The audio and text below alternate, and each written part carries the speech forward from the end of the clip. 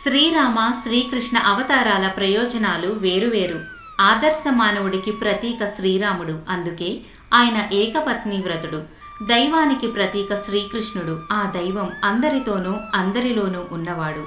కొత్తగా ఎవ్వరితోనూ చేరాల్సిన అవసరం ఆయనకు లేదు.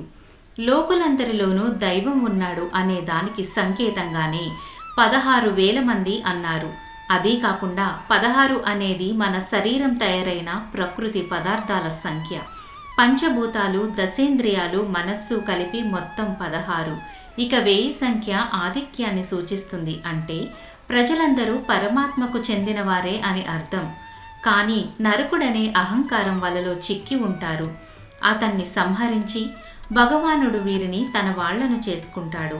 వేదాంత అర్థంలో పరమాత్మ ఒక్కడే పురుషుడు, జీవాత్మలందరూ స్త్రీలే. ఆత్మ పరమాత్మల కలయికే ఆనంద తాండవమే శ్రీకృష్ణుని రాసలీల. అందుకే పెద్దలంటారు, శ్రీరాముడు చేసినట్లు చెయ్యి, శ్రీకృష్ణుడు చెప్పినట్లు చెయ్యి అని.